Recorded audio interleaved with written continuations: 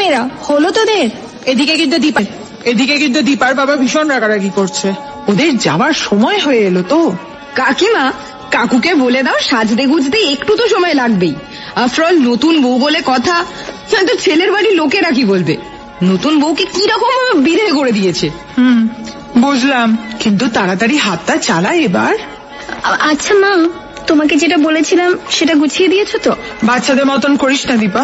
কেন গো কাকিমা, কি হয়েছে? শোন তোদের বন্ধুর কথা, সে কিনা শ্বশুর বাড়ি নিজের পাশবাড়ির সঙ্গে নিয়ে যাবে। কোথাও শুনেছিস নতুন বউ নিজের তত্ত্বের সঙ্গে তার পাশবালিশ নিয়ে এসেছে? কি সত্যি দীপা, তুই পারিস বটে। এতে হাসার কি আছে? আমার পাশ বালিশ ছাড়া ঘুম আসে না। চিন্তা নেই, আজকের রাতটা একটু কষ্ট করে নে। কাল রাত্রি বলে কথা, কাল থেকে আর পাশ বালিশের প্রয়োজন হবে না। নিজের বরকে জড়িয়ে ধরে ঘুমিয়ে পড়বি। চুপ কর, খালি বাজে কথা। হ্যাঁ রে দীপা, তোর বর তো ম্যাথমেটিক্স এর প্রফেসর শুনেছি, তাই রাতে বিছানায় বুঝি নিজের মুভস ক্যালকুলেট করে নেয়। বাজে কথা বলা বন্ধ করবি? আর মা, তুমি তো জানো আমার পাশ বালিশ ছাড়া ঘুম আসে না। তোমাদের কথা বিয়ে করে নিলাম, নিজের বাড়ি, বেডরুম, খাট, আলমারি, ড্রেসিং টেবিল, গল্পের বই সব ছেড়ে রেখে যাচ্ছি। এরপর নিজের পাশ বালিশটাও ছেড়ে যেতে হবে? হ্যাঁ, নাও এবার অনেক হয়েছে, তাড়াতাড়ি রেডি হয়ে নাও, যাওয়ার সময় হয়ে গেছে। থাক থাক বাবা, আর পায়ে হাত দিতে হবে না। আমার আশীর্বাদ সবসময় তোমাদের সাথে রয়েছে। তা বললে হয় বাবা, দেখি প্রণামটা করে নি। থাক বাবা থাক। আচ্ছা আচ্ছা আচ্ছা, আমার তোমাকে আলাদা করে আর কিছু বলার নেই। তুমি যথেষ্ট বুদ্ধিমান, তবু মেয়ের বাবা তো, তাই বলছি মেয়েটা আমার বড্ড ছেলে মানুষ। কোনো ভুল টুল করলে একটু বুঝে শুনে নিও বাবা। ছোটবেলা থেকে অনেক আদরে মানুষ করেছি তো, ওকে কোনো কষ্ট কোনোদিন পেতে দিইনি। কাঁদিস না মা, কাঁদিস না।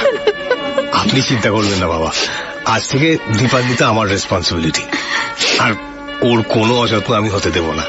আমার যতটুকু স্বার্থ সামর্থ্য তাই দিয়ে ওকে যথাসম্ভব সুখে রাখারই চেষ্টা করব। বাবা, দীপা আমাদের একমাত্র মেয়ে, আর আজ থেকে তুমিও আমাদের এই বাড়ির ছেলে হলে। মাঝে মাঝে তোমরা এই বুড়ো বাবা মাটাকে দেখতে এসো, কিন্তু ভুলে যেও না। তার বলতে মা, আমরা তো আসবোই, আপনারাও যখন ইচ্ছে আমাদের সঙ্গে দেখা করতে আমাদের বাড়ি চলে আসবেন না? ভালো থেকো বাবা, ভালো থেকো, ভালো থাকিস মা। আচ্ছা মা, আসছি তাহলে আমরা। আপনারা কোনো চিন্তা করবেন না, দীপান্বিতার কোনো অযত্ন হবে না, আর আমি ওর যথেষ্ট খেয়াল রাখবো। আর আপনারাও কিন্তু পরশুদিন সময় মতন চলে আসবেন। হ্যাঁ বাবা, হ্যাঁ। মা, তোমরা সাবধানে থেকো, আর একদম কাঁদবে না। আমি আসছি।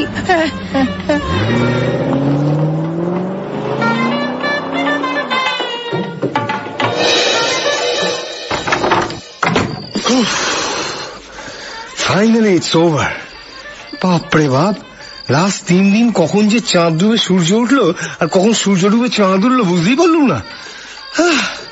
আজ কতদিন পর নিজের ঘরে নিজের বিছানায় শোবো।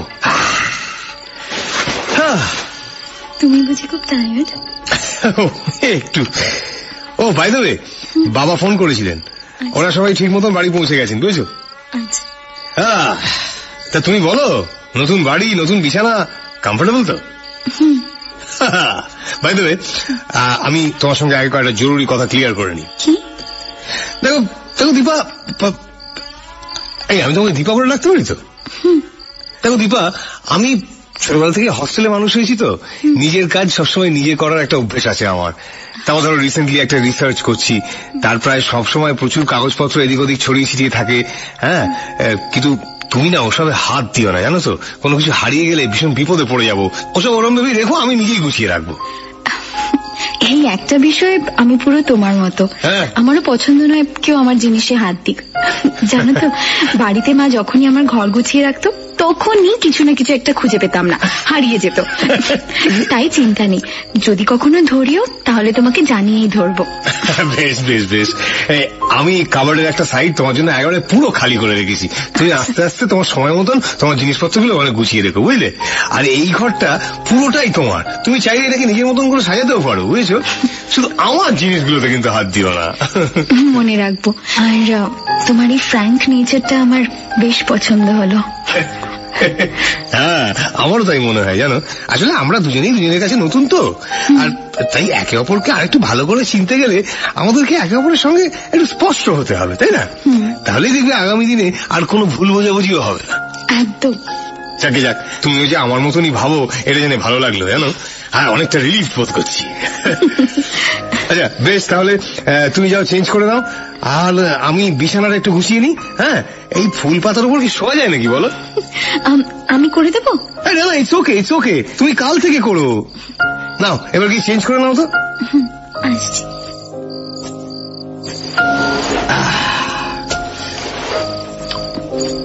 ও, তুমি এসে গেছো?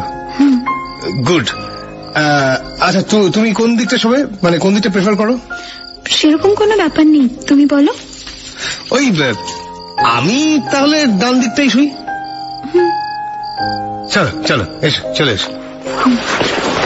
আচ্ছা দীপা, এই অ্যারেঞ্জ ম্যারেজের ক্ষেত্রে ফুলসজ্জার রাতে নতুন দম্পতির কি করা উচিত? একে অপরকে আর একটু বেটার বোঝার চেষ্টা। আর আর আমি কি করে জানবো? আমার তো এটা প্রথম ফুলসজ্জা, নাকি? সে তো আমারও। তবু তোমার তো কিছু এক্সপেকটেশন থাকতেই পারে না? যেমন ধরো, আমি তোমাকে নিজের পাশে ডেকে এনে বসাবো, এই তোমার সঙ্গে একটু রোমান্টিক কথাবার্তা বলবো, তাও ধরো তোমাকে একটু কাছে টেনে নিয়ে তোমাকে একটু আদর করবো।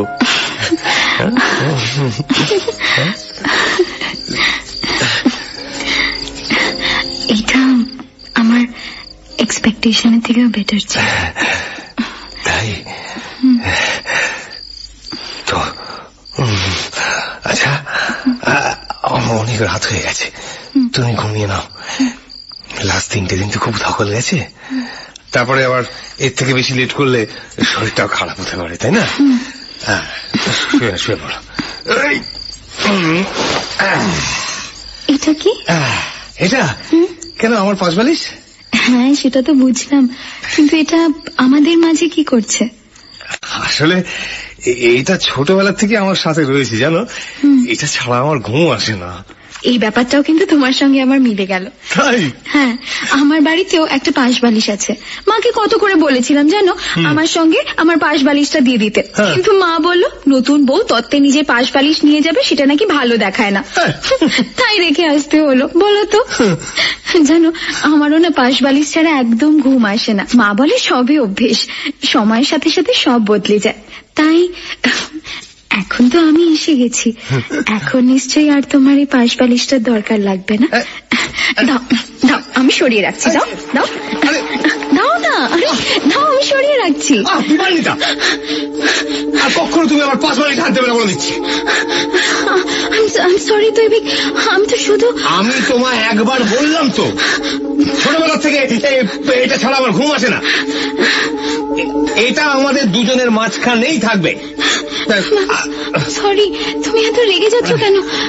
প্লিজ শান্ত হও, প্লিজ শান্ত হও। অনেক রাত হয়ে গেছে, শুয়ে পড়ো, কাল কথা হবে।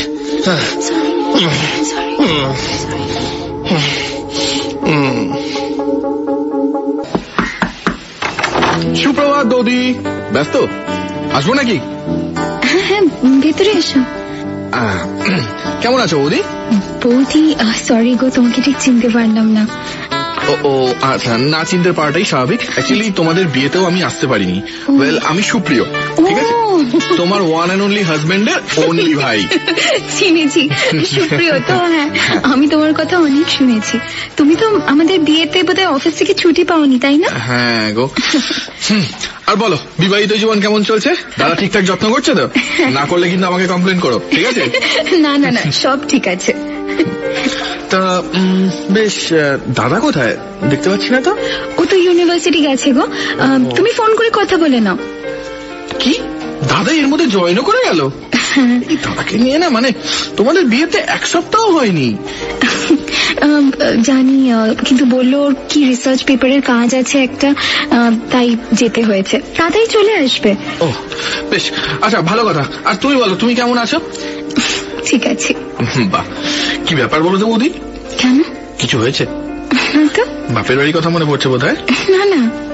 আচ্ছা জানো বৌদি, আমার এই মেয়েদের বিয়ের পরে যে বাড়ি ছেড়ে চলে আসে, সারনেম চেঞ্জ করে ফেলে, এই কনসেপ্টটা একদম ভালো লাগে না। তাই আমি ঠিক করে নিয়েছি, একদম যখন বিয়ে করব আমি ঘর জামাই থাকবো। কি বলো? তাই? তা কোনো শ্বশুর বাড়ি পছন্দ হয়েছে নাকি খুঁজে দেবো? প্লিজ বৌদি, তোমার কোনো বোন বা বান্ধবী আছে যে ঘর জামাই রাখতে interested?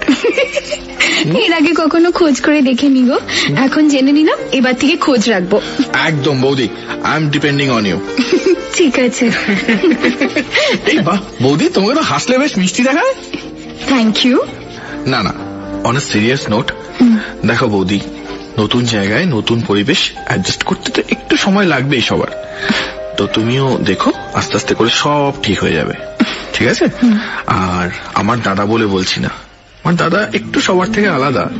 He is a man of principal and discipline. হ্যাঁ, ওর কিছু বিলিফস আছে, একটু জেদি, কিন্তু ওর মনটা না খুব ভালো, প্রতিহিংসা পরায়ণ নয়। ওকে বুঝতে একটু সময় লাগে ঠিকই, কিন্তু একবার যদি ভালোবাসতে পারো তাহলে বুঝবে ওর চেয়ে বেশি তোমাকে কেউ ভালোবাসতে পারবে না। আসলে দাদা। হ্যাঁ মা।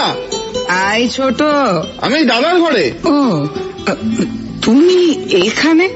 তা বৌদির সঙ্গে আলাপ হয়েছে? হ্যাঁ, আলাপটাই সারছিলাম আর কি। আচ্ছা মা, বৌদি তো ফ্যামিলিতে না হয় নতুন, কিন্তু তুমি তো দাদাকে বুঝিয়ে বলতেই পারতে, মাত্র 2 দিন হয়েছে বিয়ে হয়েছে, আর এর মধ্যে ইউনিভার্সিটি জয়েন করার কি দরকার ছিল? বৌদি আসতে না আসতেই তোর কাছে দাদার নামে অভিযোগ করেছে বুঝি? হ্যাঁ না মা, আমি কিছুই বলিনি। হ্যাঁ মা, বৌদি কিচ্ছু বলেনি, আর তুমি বা এসব কেন জিজ্ঞাসা করছো? অভিযোগ করারই বা কি আছে? আমি তো নিজের থেকে জিজ্ঞাসা করছিলাম যে বিয়ের 2 দিন হয়েছে, এর মধ্যেই দাদা ইউনিভার্সিটি জয়েন করে গেল, এটা কি দরকার ছিল? থাক ছোট, তোমার দাদার একটা দায়িত্ব আছে, দরকার ছিল বলেই তাকে যেতে হয়েছিল নিশ্চয়ই। তোমার দাদা তো আর বাকিদের মতো গল্প করে সময় নষ্ট করার পাত্র নয়। কিন্তু মা। ছোট, এই নিয়ে আর কোনো কথা শুনতে চাই না। আর বাড়িতে আরো 10টা মানুষ আছে, সেটা ভুলে যেও না। বৌদির সঙ্গে আলাপ করা হয়ে গেলে সবার ঘরে গিয়ে দেখা করে এসো। ঠাম্মি সকাল থেকে তোমার কথা বলছেন, যাও গিয়ে একবার দেখা করে এসো। আচ্ছা মা, তুমি যাও, আমি আসছি। তাড়াতাড়ি করো। আর দীপান্বিতা? হ্যাঁ মা। বড় খোকা ফোন করেছিল? কিছু বলেছে কখন ফিরবে? না তো। ঠিক আছে, দুপুর অবধি না ফিরলে একবার ফোন করে দেখো দুপুরবেলা বাড়িতে ফিরবে কিনা, নয়তো তুমি খেয়ে নিও। আজ আমার আবার বৃহস্পতিবারের উপোস, তাই আমি দুপুরে আর কিছুই খাবো না। পরে সন্ধ্যেবেলা একটু দুধ সাবু খেয়ে নেবো আর কি।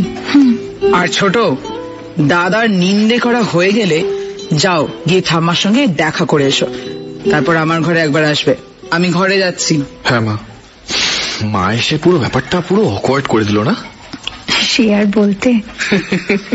তুমি মাইন্ড করো না তো বৌদি, এই বাড়িতে সবার একটা আলাদা আলাদা চরিত্র, কিন্তু মন থেকে আমরা মানুষগুলো কিন্তু ভালো। এক মিনিট, তোমার দাদা ফোন করছে। হ্যাঁ সে। ও দাদাকে বলো না কিন্তু আমি এসেছি, বাড়ি ফিরলে সারপ্রাইজ দেবো। তোমরা এখন কথা বলো, আমি আসছি, ঠিক আছে? ওকে।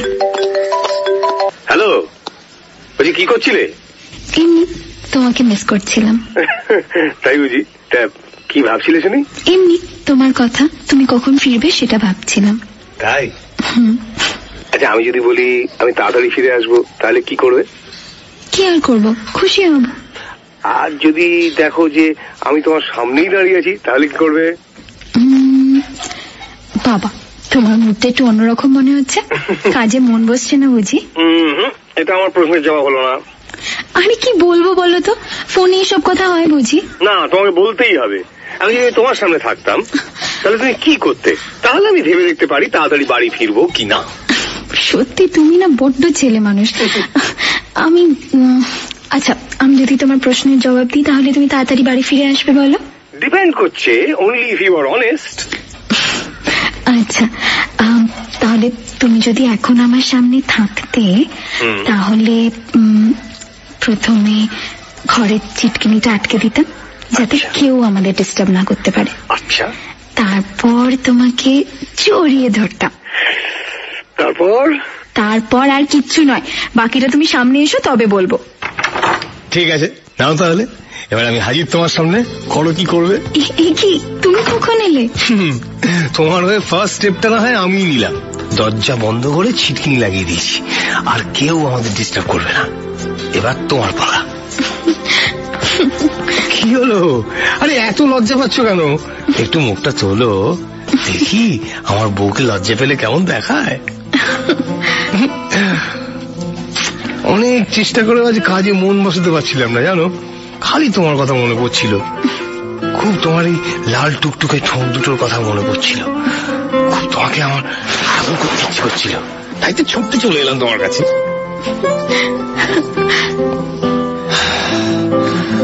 আচ্ছা দীপা, অনেক বেলা হয়ে গেছে, তুমি বরং লাঞ্চটা করে নাও, আমার একদম খিদে নেই, আমি মনে একটু জিরিয়ে নি, বুঝলে। আমার আর খিদে নেই, আমিও তোমার সঙ্গে এখানেই থাকতে চাই। সে কি, তুমি লাঞ্চ করবে না? দেখি আমার 5 মিনিটটা কোথায় গেল। চলো একটু ঘুমিয়ে নি বরং। হ্যাঁ আচ্ছা, তুমি এখনো তোমার পাশ বালিশ নিয়ে শোবে? এখন তো আমি আছি, আমাকেও তো জড়িয়ে ধরে তুমি। না,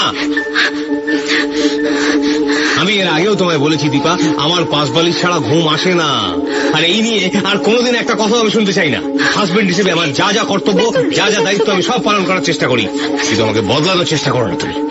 কিন্তু আমি তো শুধুই, তুমি ব্যাস রেগে দীপা, যাচ্ছ কেন? ব্যাস, এই নিয়ে আর কোনো ডিসকাশন আমি চাই না, আমাকে ঘুমোতে দাও।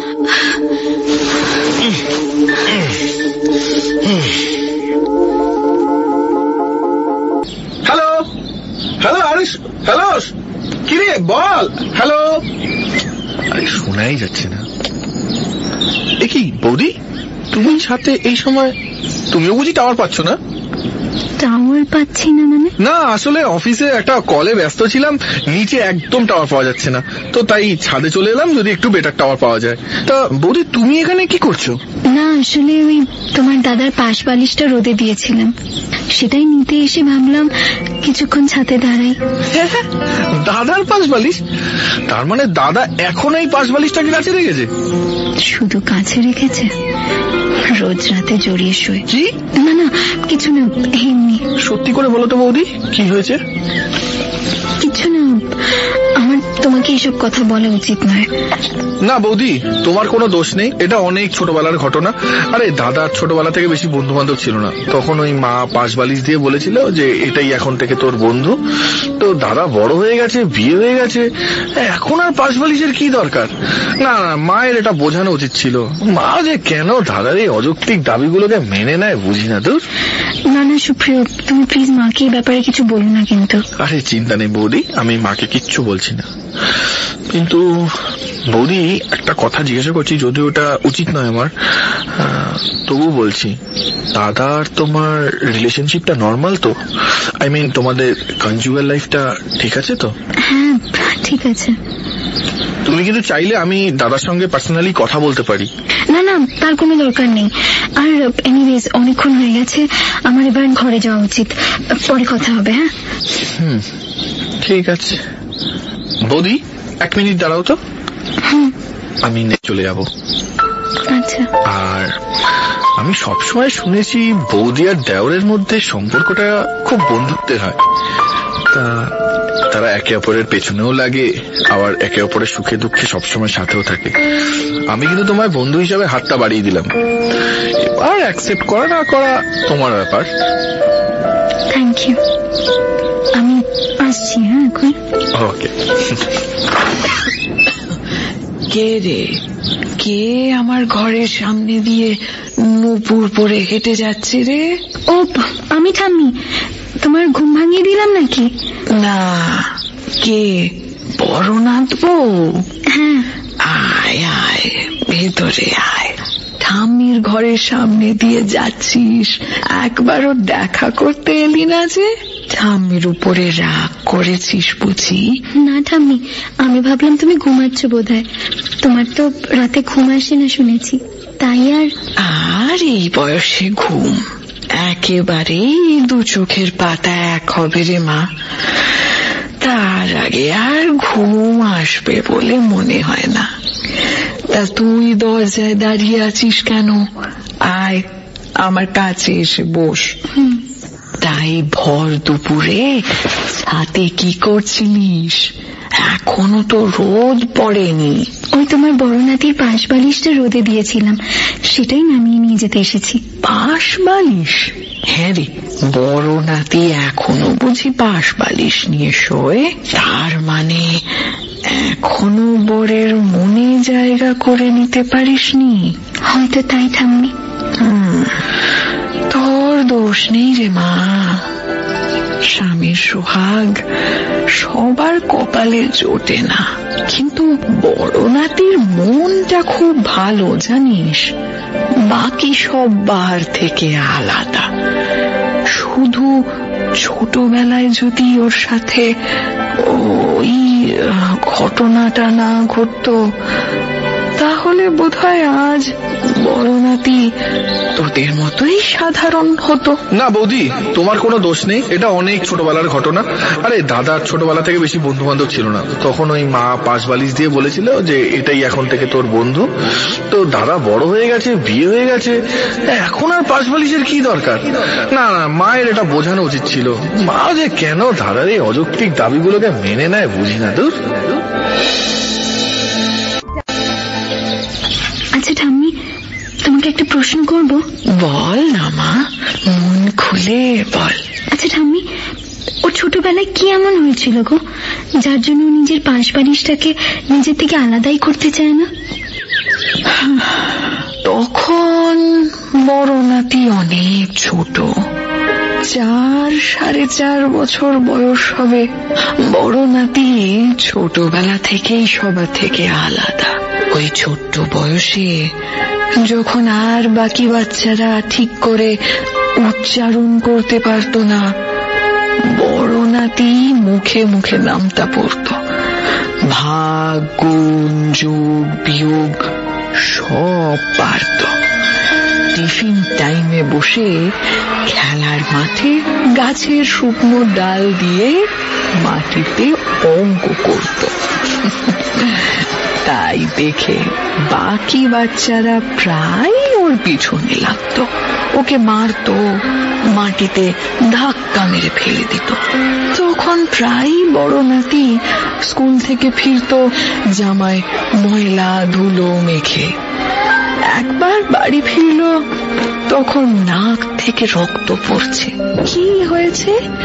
না, ক্লাসের এক ছেলে ঘুষি মেরেছে। কোনো বন্ধু ছিল না ওর, বড্ড ভয় পেয়েছিল বড় নাতিটা আমার, খুব কাঁদছিল। তখন বৌমা একটা পাশ বালিশ কিনে নিয়ে এলো আর বড় নাতির হাতে দিয়ে বলল, আজ থেকে এটাই তোর সবচেয়ে কাছের বন্ধু। তোর যখনই ভয় লাগবে এই পাশ বালিশটাকে জাপটে ধরে শুবি। তোর সবচেয়ে কাছের বন্ধু তোর এই পাশ বালিশ। ব্যাস, তবে থেকেই বড় নাতি ওই পাশ বালিশ ছাড়া কোথাও যায় না। প্রতিদিন রাতে ওই পাশ বালিশ জড়িয়ে ধরে শোয়। কিন্তু এখন তো তুই এসে গেছিস, পারবি না তুই মা বড় নাতির কাছ থেকে ওই পাশ বালিশটা সরিয়ে নিজের জায়গা করে নিতে? চেষ্টা করবো ঠাম্মি। মনে রাখিস মা, ভালোবাসা একটা মায়ার জাল। একবার যদি তোর বরকে মায়ার বাঁধনে বাঁধতে পারিস, তাহলে দেখবি সব ঠিক হয়ে যাবে। পারতে আমাকে হবেই। আচ্ছা ঠাম্মি, এবার আমি আসি। হ্যাঁ, তুমি আরাম করো। যা যা।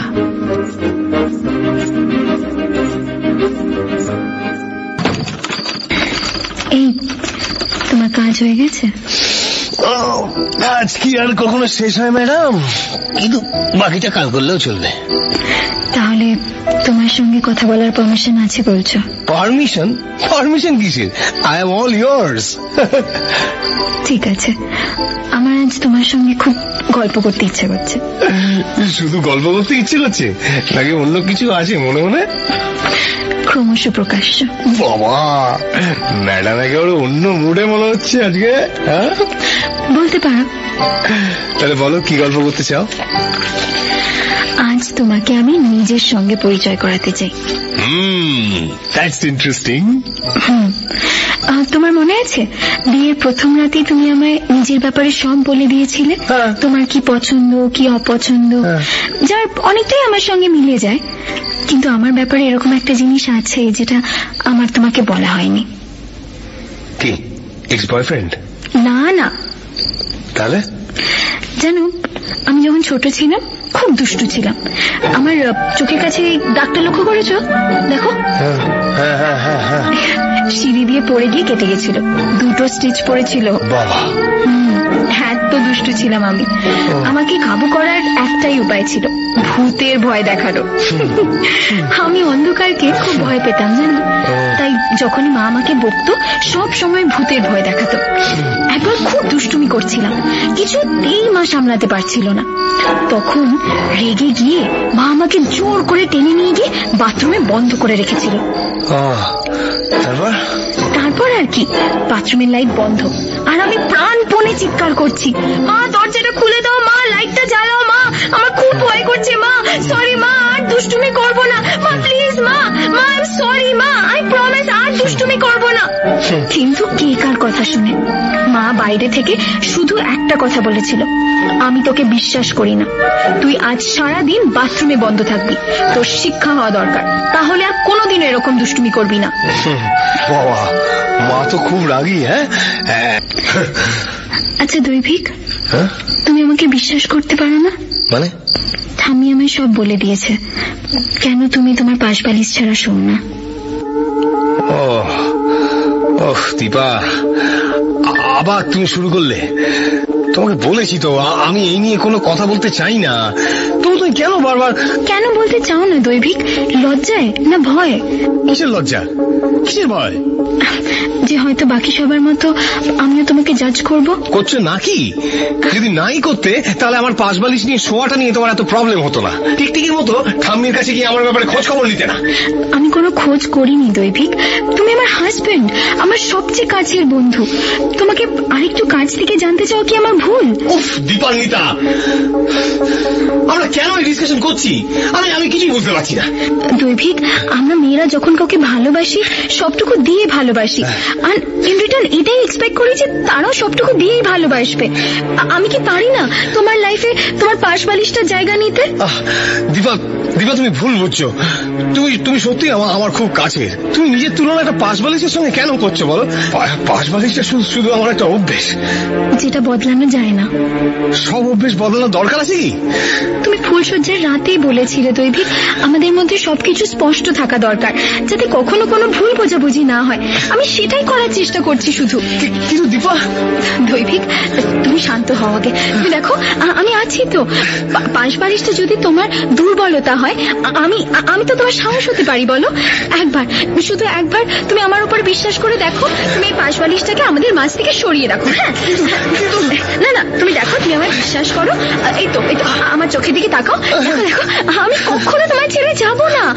আজ থেকে আমি তোমার বন্ধু, সবচেয়ে কাছের বন্ধু। তোমার সাহস, তোমার কনফিডেন্স, এই পাশ বালিশটা তোমার কোনো দরকার নেই, বিশ্বাস করো। তুমি আমাকে বাকিদের মতো পাগল মনে করছো নাকি? কে পাগল নয় দৈভিক, আমাদের সবারই লাইফে কোনো না কোনো অবসেশন আছে, ভালোবাসা আছে, তাই তো আমরা সবাই একে অপরের থেকে আলাদা, আমরা স্পেশাল। আর তাই আমি তোকে এত ভালোবেসে ফেলেছি। আই প্রমিস, আমি সারা জীবন তোমাকে ভালোবাসবো, শুধু তুমি আমাকে একটু বিশ্বাস করো। আমাকে বাকিদের মতো জাজ করবে না? কখনো করবো না। আজ থেকে হাজবেন্ড ওয়াইফ হওয়ার আগে আমরা একে অপরের ভালো বন্ধু হলাম। আমি না সত্যি তোমাকে হার্ট করতে চাইনি। জানি। I am sorry. এই কদিন আমার জন্য তোমার খুব কষ্ট হয়েছে না? আমি আগে তোমায় চিনতে পারিনি, তাই একটু খারাপ লেগেছিল। আজ চিনে গেছি, বিশ্বাস করো, তাই খুব খুশি। আমিও দীপা, আমিও খুব খুশি। খুব ভালো লাগছে আমার, জানো, তোমাকে নিজের জীবনে পেয়ে আমার মনে হচ্ছে আমি প্রথমবার একটা ভালো বন্ধু পেলাম। সারা জীবনের জন্য, জীবনের জন্য। I love you, Dipa. I love you too, baby. I love you too. আমার পাশ বালিশটা, দৈবিক, আমার পাশ বালিশটা। দৈবিক কি বলছো? আমার পাশ বালিশটা দাও না। দৈবিক